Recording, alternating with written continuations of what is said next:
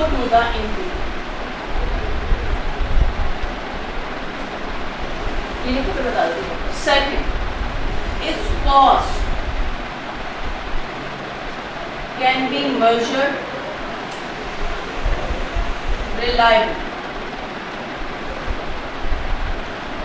ये recognition criterias हैं. Recognise का मतलब होता है पीपीई की जब इन तीनों में से कोई और डिफिनेशन फुलफिल हो जाए उसके बाद आपने मजीद ये दो कंडीशंस देखनी होगी. अगर ये दो कंडीशंस फुलफिल होती हैं तब जाके आप अपने उस मशीन को उस पीपीई को किसमें रिकॉर्ड करोगे, एसओएफपी में एज नॉन करंट एसेट. सबसे पहले probable. Probable means more than 50%. Probable का मतलब होता है more than 50%. Probable means accounting में मोर देन 50%. अब आपकी फैक्ट्री में जो मशीन है आप कहते हैं 50% से ज़्यादा 50% से ज़्यादा चांस है कि वो मशीन आपको फ्यूचर में क्या देगी, बेनिफिट्स, फायदा देगी. अगर एग्जामिनर कह दे कि आपकी जो मशीन फैक्ट्री में यूज़ हो रही है वो फ्यूचर में आपको फ़ायदा नहीं देगी, यानी उसकी मोर देन 50% चांस नहीं है, तो फिर आप उसे किसी भी सूरत एसओएफपी में एस पीपीई नहीं रिकॉर्ड. क्लियर. तो हमेशा सबसे पहले आपने पीपीई की डिफिनेशन देखनी है. उसके बाद आपने देखना है क्या इस पीपीई से आपको फ्यूचर में मोर देन 50% चांसेस है कि फ़ायदा होगा या नहीं. अगर फ़ायदा होगा तो तब जाके आप किस में रिकॉर्ड करोगे, एसओएफपी में एज नॉन करंट एसेट. दूसरी चीज़, इस cost can be measured reliably. Accounting किस चीज़ बेस करती है, अमाउंट्स पर.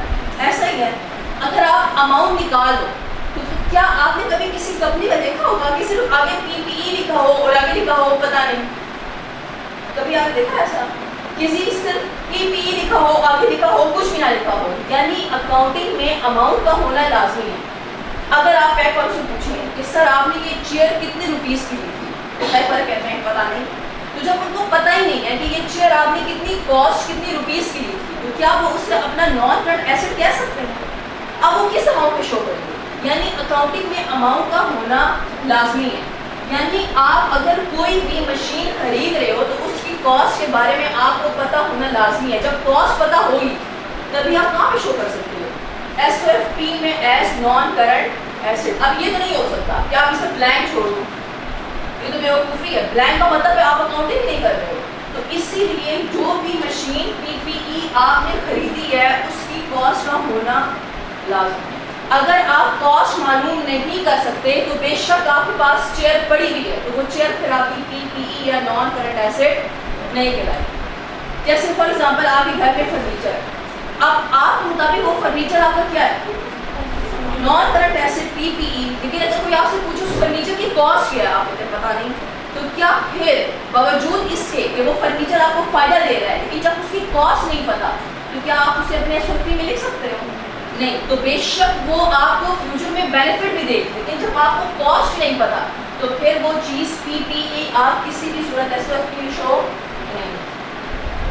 तो सबसे पहले किसी भी पीपीई का एसेट्स में लिखने के लिए 3 चीज़ों का होना लाजमी है. इस डिफिनेशन में से कोई एक डिफिनेशन हो फुलफिल करे, और दूसरा प्रोबेबिलिटी हो कि फ्यूचर में वो आपको फ़ायदा देगा, और दूसरी आपको उस पीपीई की क्या मालूम होनी चाहिए, कॉस्ट मालूम है. क्लियर.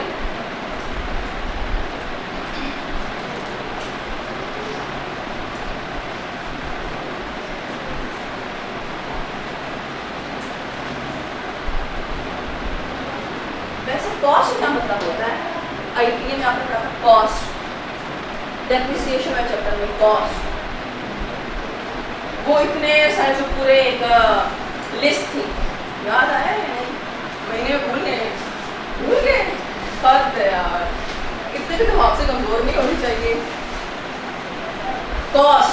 अच्छा आप किसी भी मुझे जैसे जाहिर लगता है सबसे कॉस्ट क्या है तो वो क्या बोलेगा, कॉस्ट क्या मतलब होता है कि दुकानदार के पास जाकर जो मशीन जितने की खरीदी वही कॉस्ट, खर्चा.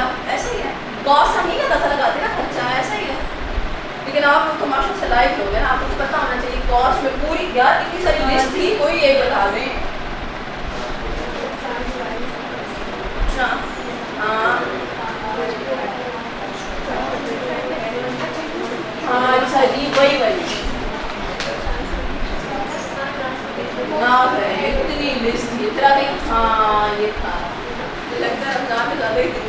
सारे भूले। कॉस्ट ऑफ पीपी, वैसे आपने इस बार रमजान काफी से गुजारा होगा नहीं? खैर ये तो आपको पहले रमजान था ना मेरे ख्याल से। हाँ हॉस्टल, अच्छा फिर तो ठीक है, फिर तो आपको तो फील नहीं हो रहा होगा। हाँ आप इतने अर्से गुजारने के बाद जब जाते फिर आप कहते हैं सब क्या मैंने कहते हैं इस रमजान में मज़ा है। ज़्यादा रमजान नहीं गुजारा आप लोगों ने?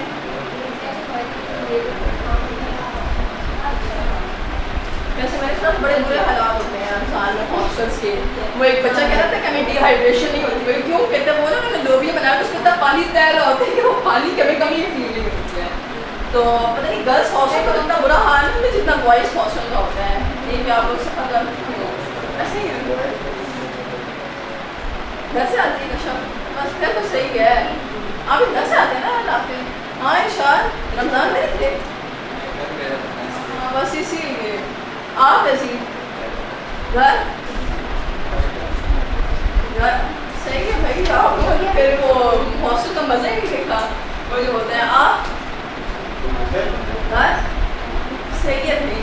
बेचारे वो बॉयज रो रहे होते थे कि वो मतलब चल बच्चा प्रॉपर रोने पे आया वो सब मैं कर रहा है 5 मिनट और मुझे निशा वो प्रॉपर रोने लग जाता कि बस बेचारा कह रहा था कि जी दालें बनाते हैं कि पराठे में जो ऑयल होता है सिर्फ बनाए ना देखने वाला ही होता है कि जी ऑयल लगा दिया।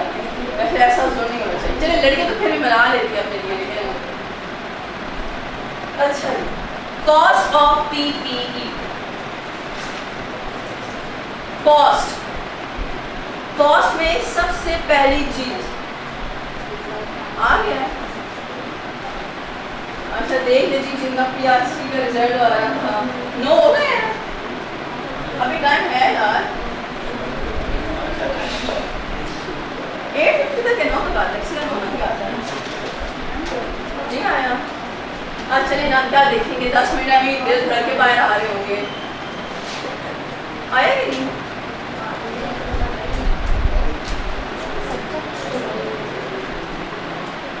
क्या मतलब सब कुछ होने वाले हैं?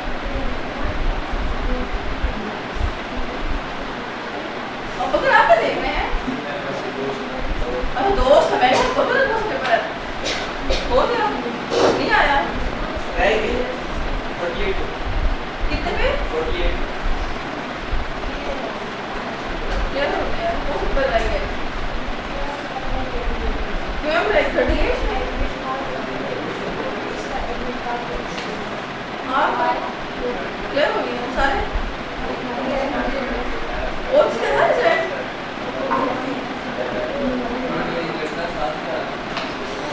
आप क्या हो गया एक राफे आप तो नहीं खाना हैदर आपका अच्छा भाई दिल बाहर आ रहा है वो हमारे एसएससी के स्टार्टिंग पेपर होते हैं उस टाइम रिजल्ट आता है वो अच्छा होता है। ये है भी ड्रामा बनाया है भाई पीआरसी में तो उसी टाइम रिजल्ट आना चाहिए। और क्या चवल मार रहे हैं कुछ तो चवल मार रहे हैं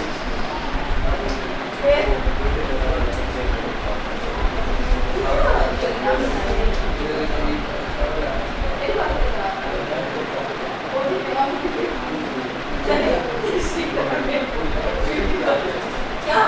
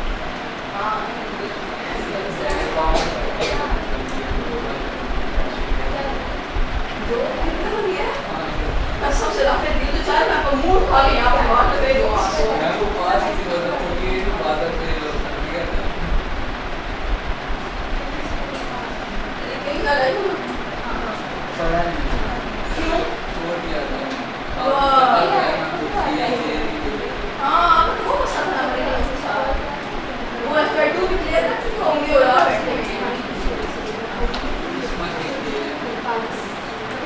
नहीं आया पास हो गया आप शामिल हो गए। चले ही पेपर आइए ना फिर चले खैर है कोई नहीं होता रहता है। हमने भी पेपर फेल किया, ऐसी क्या बात है। वो एक हफ्ते तक सो मनाते थे, उसके बाद मैं तो अक्सर ऐसा करती थी ना कि एक दो दिन खाना नहीं खाती थी, उसके बाद मैं कहती थी अब ज़्यादा हो ही कहते थे, मैं छुपके छुपके खाना मंगवा के खा रही थी। एक दिन मुझे पकड़ लिया, कहती अच्छा हम वैसे ही परेशान होते थे बेटे खाना नहीं खा रही, लेकिन आप तुम तो आपसे बेसमेंट में। तो चले खैर है, ये चीज़ तो लगी हुई है कि बाकी रखने बाकी चीज़ें आए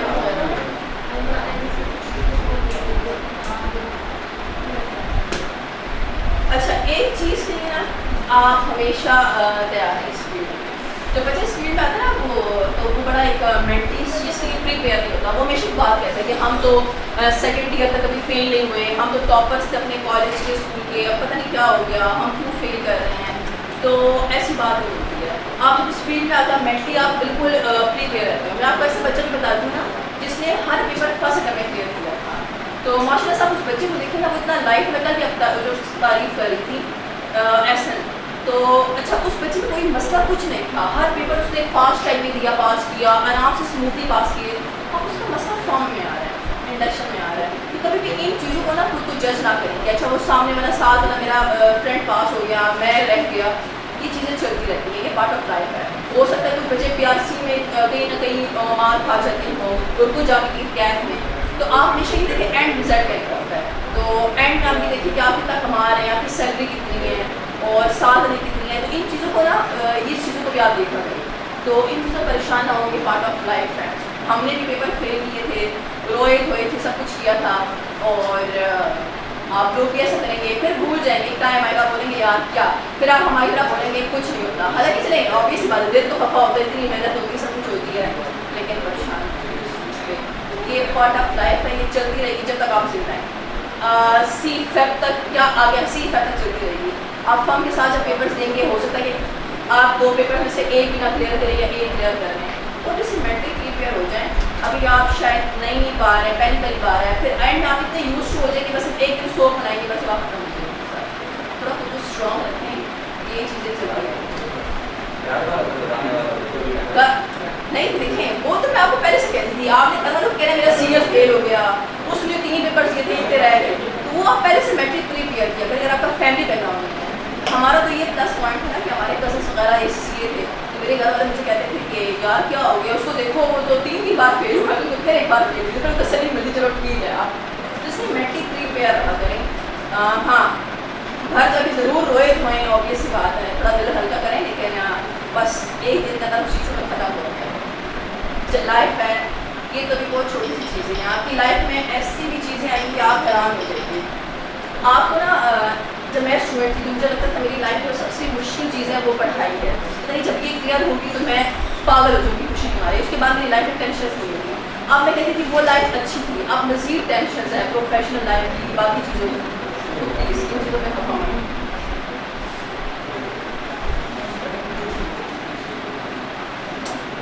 करें आगे कर लेते हैं, थोड़ा सा है दिल में सुकून यार, इतना परेशान ना हो आप लोग को देख के ना। अच्छा मेरी सबसे मुझे टफ चीज़ लगती है वो जब क्लास के बीच में रिजल्ट आता है, वो चीज़ लगती है। ये फिर आप लोगों को देख के थोड़ा सा हमारा रिव्यू हो जाता है। कॉस्ट ऑफ पीपी, कॉस्ट में सबसे पहली चीज़, अगर आप जी अमीर बनते हैं, आप कितनी बड़ी कंपनी है कि आप मशीन पाकिस्तान से मंगवाना पसंद ही नहीं करते, आप कहते हैं पाकिस्तान से मंगवाने का फ़ायदा ही नहीं है, बाहर कनाडा के सप्लायर से मैं मशीन मंगवाता हूँ। तो आप जब कनाडा के सप्लायर से कॉल पे बात करेंगे या फिर आप उसे कांटेक्ट करेंगे तो सबसे पहले वो आपसे कहेगा sir list price. List price का मतलब होता है कि आपको सबसे पहले उस सप्लायर ने, उस दुकानदार ने जो मशीन बेच रही है उसने सबसे पहली प्राइस आपको फॉर एग्जाम्पल बताई है 120,000। आपने कहा सर खुदा का खौफ करें, हमारे पाकिस्तान में इतनी सस्ती चीज़ें मिल रही हैं, मैं पाकिस्तान से क्यों ना ले लूँ कि मैं आपसे 1,20,000 का ले लूँ। तो आपने थोड़े बहुत कहा मुझे कि सर औरतें भी झूठ बोलती रहती हैं जी, इतनी बार हम आपसे चीज़ें ले जाते हैं, हालांकि हो सकता है पहली बार गई हूँ दुकान पे जी, हमारा पूरा खानदान आप सारी चीज़ें ले जाता है, हमारे घर में भी शादी होने वाली है, हम आपसे ही शॉपिंग करेंगे। तो आपने थोड़े बहुत ये चीज़ें बोल के उससे डिस्काउंट ले लिया, तो उसने आपको उसी टाइम डिस्काउंट दिया, उसे कहते हैं ट्रेड